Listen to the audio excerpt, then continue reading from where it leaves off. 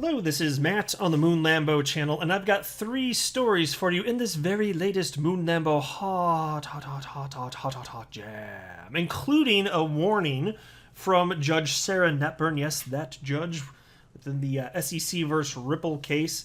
A warning that goes out to let's say it like this: certainly a warning that XRP holders should be aware of, because we have been airing our grievances, and I'd say rightfully so. But there's a wrong way to do that could get you in legal trouble. So I just thought I'd spread the message just to be safe. And then there was this article from Forbes on a topic that I've been talking about on and off for like probably the last week or two. This one's titled, "After Rejecting Bitcoin ETFs, Former SEC Chair Clayton Joins Fight for Approval." And so after 4 years being a no-action SEC guy in terms of crypto, now suddenly he's financially aligned with a firm that would benefit from a Bitcoin ETF passing. And so within this article, they actually do speculate as to why he's now picking sides. And so I am not a fan of this individual. Jay Clayton, my gosh, just destroyed billions and billions of dollars of XRP holders as a result of the ridiculous litigation against Ripple. And also they are effectively stating that XRP itself is a security, which is disgusting, and he was okay with that. And so after doing that, and mostly being neutral on the cryptocurrency asset class, if not even more so a position of slightly attacking it, now he's all for it now that he can financially benefit. So I want to talk about that.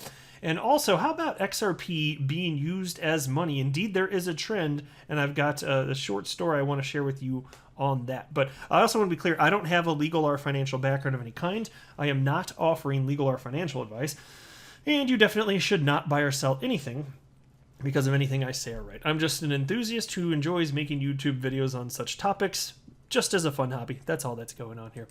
And so I came across this tweet from Stefan Huber, a member of the XRP community, who wrote the following: "Somebody must have been trying to influence or contact Judge Netburn lately.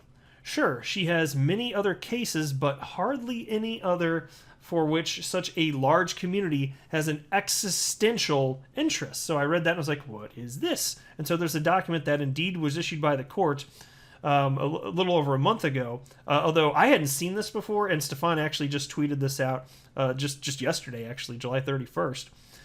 And so I wanted to highlight part of this just to be aware. Because, look, again, I get it. We're all on the same side here. We all believe that the asshats over at the SEC have caused a material financial harm to XRP holders. We do not believe that when we buy XRP that we have some sort of investment contract with Ripple. Of course we don't. That's ridiculous. And so I understand why all of us want to have our voices heard, but there's a wrong way to do it that can get you in trouble. And so check out this document. This is a public document. "Individual practices in civil cases. Sarah Netburn, United States Magistrate Judge. Notice: members of the public are prohibited from contacting Judge Netburn's chambers about matters pending before the court. It is a federal crime to communicate with the court with the intent to influence, intimidate, or impede a judge in the discharge of her official duties. Any communications interpreted as such will be immediately reported to the U.S. Marshal Service for further investigation." And with how much destruction Jay Clayton and the SEC have caused to XRP holders, and emotionally the devastation that has brought, I wouldn't be surprised if some XRP holders did reach out to the court, but that's why I wanted to highlight this, to tell you, don't do that. Do not contact the court. I was unaware of this specific rule until today and hadn't thought about it in such terms. But certainly if you're trying to plead your case and explain the importance of what's going on, even if from your perspective there isn't intent to persuade, maybe you're not even thinking about it in such terms, even if that's the case, it's going to be viewed in a negative light. And this is a federal crime. And I didn't know that. And I'm willing to bet most of you didn't know that either. So how about just don't contact the court and let's just let this play out. Let's just do that. Right? And then next there was this from Forbes titled, "After Rejecting Bitcoin ETFs, Former SEC Chair Clayton Joins Fight for Approval." As SEC Chair Gary Gensler announces his rulemaking agenda, his predecessor Jay Clayton is working in some of the very sectors and investments that his commission failed to act on during his tenure. One River Asset Management, where Clayton serves on the board, recently submitted a registration statement for One River Carbon Neutral Bitcoin Trust. The proposed exchange-traded fund seemingly checks all the boxes on popular investing trends. It is the latest attempt to get approval for an exclusive Bitcoin ETF after several previous proposals were rejected during Clayton's tenure, as well as the latest in a long string of offerings selling themselves on their environmental bona fides under the ESG designation. So a few things here. As far as ESG, I don't think the typical person knows what that stands for, and I did not, and they didn't cite it in the article. So in case anybody's wondering what ESG is, I just Googled it real quick because I have the sum of all human knowledge at my fingertips, my little moon Lambo fingertips. ESG stands for Environmental, Social, and Governance. And so I'm sure some of you out there did know that. I happen to not. I don't think it's particularly common knowledge. But there we go. So that's what it stands for. So thanks for making me waste my time, Forbes, Googling this information. You should have just spoon-fed it to me. That's what I like more. That's easier for Moon Lambo. And so as far as this ETF, though, it's called the One River Carbon Neutral Bitcoin Trust. This speaks to the degree to which Bitcoin being an energy hog is actually a serious problem, at least from a political perspective. This is not something that is going over well. And so what they've done is they're setting up this ETF they hope to get approved, and they're offsetting the energy hogness of Bitcoin with carbon credits. And so whatever you think of that, I'm not here to talk about that. I'm just saying that's what they're doing. And then they write, again, the proposed exchange-traded fund seemingly checks all the boxes of popular investing trends. Yes, indeed. And I've thought this for years, actually. It's inevitable that an ETF will get passed, and it should have happened by now, according to SEC Commissioner Hester Peirce, for example, who says that the delay tactics that have been used, they're outdated at this point. They've outlived any sort of usefulness that they may have ever had at some point in time. The excuses against approving an ETF just no longer really makes sense here. And so something should get approved. Should it be this one and Jay Clayton being associated with this? Because I tell you what, that is not going to pass the smell test. I really don't think so. Jay Clayton, after being against all of these ETFs, now it aligns with him in his personal life, and now it gets approved. Man, that's some insider nonsense. If I've ever seen it, then that would be my speculation, right? But ETFs are a big deal, and I do want to see an ETF passed, even if it just starts with Bitcoin. That's good for the entire asset class. I think it's more important than futures contracts, because with an ETF, if you're buying an ETF, it's an exchange-traded fund. It's the same as buying effectively a stock. Like, this could be traded on the New York Stock Exchange, for example.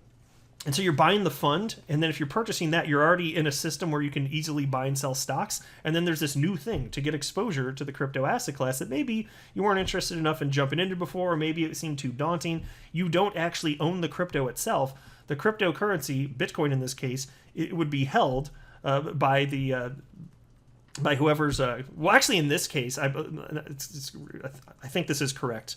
I believe that, or maybe it's not with this fund. I may have been thinking of JP Morgan. I'm not sure. So it can go a couple ways. The firm itself can hold the Bitcoin, or they can outsource the holding to another entity like Grayscale, and then they can sell the fund. But either way, so even if it would be One River that's actually holding the Bitcoin, and actually now I'm thinking about that, maybe that is what's happening here. I'd have to look it up to be sure. But the point is, somebody has to hold the Bitcoin. That's the important part I wanted to get to, which affects supply and demand. So you're talking about, look, there's not much Bitcoin on the market today. I mean, you're talking about a few percentages of humans having never held any crypto at any point in time, and it already ran up to $65,000. And most of that Bitcoin, it's already being held, or it's lost forever. And there's just not that much available for sale today. It's been scooped up, especially over the last couple months.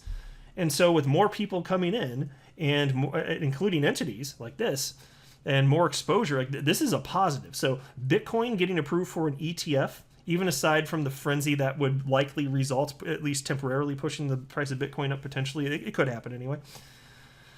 Beyond that, though, it's going to bring more people in, and this impacts the price of every single crypto because the entire asset class moves in tandem, and that's why all of this is important here. So even though these holders, the people that own this fund, the buyers of the fund on whether it's the New York Stock Exchange or whatever, they wouldn't own the underlying asset Bitcoin, the price would correlate with Bitcoin, at least it should in theory. It's probably just going to cost more because you also have these carbon offsets, this and that. But for people that don't want to actually hold crypto themselves if it's too much, but they do want exposure because they're aware of the crypto asset class and they want to diversify a little bit, yeah, maybe it's perfect for them then. And that may be the case. So this is a big deal. And I do want it passed. I'm just sitting here saying if it's One River and Jay Clayton, thanks, no thanks. Anyway, Peace continues. During his 4-year chairmanship, repeated attempts to gain approval for a Bitcoin ETF failed, and despite the protestations of activists in and out of the financial services industry, the commission failed to act on ESG disclosure regulations and even moved to weaken that sector's momentum with a proposal to restrict ESG considerations into retirement accounts. And here's a quote now. He's no longer a government official. He needs to earn a living to pay for his fancy Manhattan apartment, and you're not going to get paid for being neutral on these topics. Adam Pritchard, a professor at the University of Michigan Law School, says. People are hiring you to be an advocate or endorse what it is they're doing or lend credibility. So if you're monetizing your reputation, you're going to have to pick a side. And that's the quote. And indeed, he's picking a side. Now that this monetarily is beneficial, he's all for it, whereas previously, he didn't mind just being a curmudgeon, to use a euphemism. He did not mind not progressing this very important sector, this very important asset class. And there's just so much innovation. I mean, it's just such a missed opportunity for the United States in particular, which matters to me personally because I happen to live in the United States. And so that innovation, it's still going to occur, but it's occurring in other places. And since I live here, I'm just thinking for me personally, it'd be nice if it were here. But either way, it's going to happen. It's just been slowed down here because there's been insufficient regulatory clarity. And this is what we're working with. So after everything he's done, all the XRP investors he's hurt, now he is monetarily benefiting from this. So how does that make you feel? I'm not necessarily a fan, let's say. Shout out to my fellow XRP YouTuber, James Rule XRP, for this next piece, which is from CNBC, titled, Cryptocurrency is taking off as way to pay for those vacation getaways. And so check this out. Here's what James Rule XRP wrote. XRP community. Travala.com. Well, he cited the Twitter handle, which is Travala. It's Travala.com. At Travala.com. Accepts the currency XRP for payments. Well, how about that? What do you know? XRP getting used in place of actual money. And then James writes, XRP is not a security. Hey, attorney John Deaton, more proof. Cryptocurrency is taking off as a way to pay for those vacation getaways. And so there are just a couple parts I thought I'd highlight just for fun because this is the direction that things are going. Even though I personally am not interested in spending my XRP or any crypto in place of money, some people want to. And that's perfectly fine. I think it's awesome, the early adopters that want to use it for that use case. Like, for instance, James Rule XRP. He actually does use XRP to pay for stuff. And there are tax implications, but he's cool with it. And I think it's awesome. People should be able to do whatever they want. Now, for me, I personally am not because, a couple of reasons. I just feel like that would add more friction to my life. And in terms of XRP specifically, the way that it's being regulated currently, even if I spent it, and there is the argument, and it's a somewhat reasonable argument, you can replenish it. True, but if you ever end up wanting to sell it for a profit, if you in the United States at least, if you've not held it for at least a year, then you're going to get taxed at a higher rate than you otherwise would. If you hold your crypto for at least a year, then you get taxed at the long-term capital gains tax rate, which is the percentage, which is 20%. And so you could have an account with your XRP that is only for spending in a separate account that is just for long-term holding, and then maybe it doesn't matter. But it's just things to think through. I'm just sharing with you that, what my little moon Lambo brain has thought through here. So you could do that, but then you're spending the XRP, but then you have to buy more XRP and put it in the account. And it just seems like more work. So I don't know. To me, it's not compelling enough. But I really do appreciate the fact that other people, they want to be at the cutting edge and do want to spend that. And I very genuinely mean that. And so it was interesting here. It's not just XRP that's getting spent here. Take a look at this. Cryptocurrency transactions will really matter for travel. And then they're referencing here Johannes Reck, CEO co-founder of Get Your Guide. And so his firm is looking at accepting other coins going forward. And here's a quote. People want to put their crypto back into the system, and travel is one of the biggest categories there is. We take Dogecoin now into the real world. You can apply it and actually get a real world kinetic experience. And then check out this. Alex Simon, a co-founder and CEO of soon-to-be-released travel app Elude, said next-generation vacationers are looking for modern ways to plan and book trips. And here's a quote. The ability to purchase your airline ticket or hotel through Bitcoin or other cryptocurrencies is inevitable. Though the travel industry is antiquated, the new generation of travelers, Gen Z and Gen Alpha, will demand new forms of payments and alternative ways to purchase travel. Gen Alpha is generally thought to be comprised of those born after 2010, often the children of millennials. And so, this is all coming. I've been saying for a long time, but to me it makes all the sense in the world that there would be some portion of humans that really genuinely want to and find useful purchasing stuff with crypto. And I think that it's going to have to be truly organic. And so that could be a thing that who knows what it's going to look like and which cryptos would be used in terms of fiat in place of fiat currency. Path like that, it could take decades for all I know. I don't know how long it's going to take. But it's not going to happen overnight, that's for damn sure. And so many cryptocurrencies are not technologically sufficient to handle any sort of notable throughput. So that's a consideration as well here. But yeah, of course, there are people that are going to want to be able to do this. But it's another thing to think about. I'll wrap up there. I'm not a financial advisor. You should not buy or sell anything because of anything that I say or write. That would be a very, very, very bad idea. Until next time, to the moon, Lambo.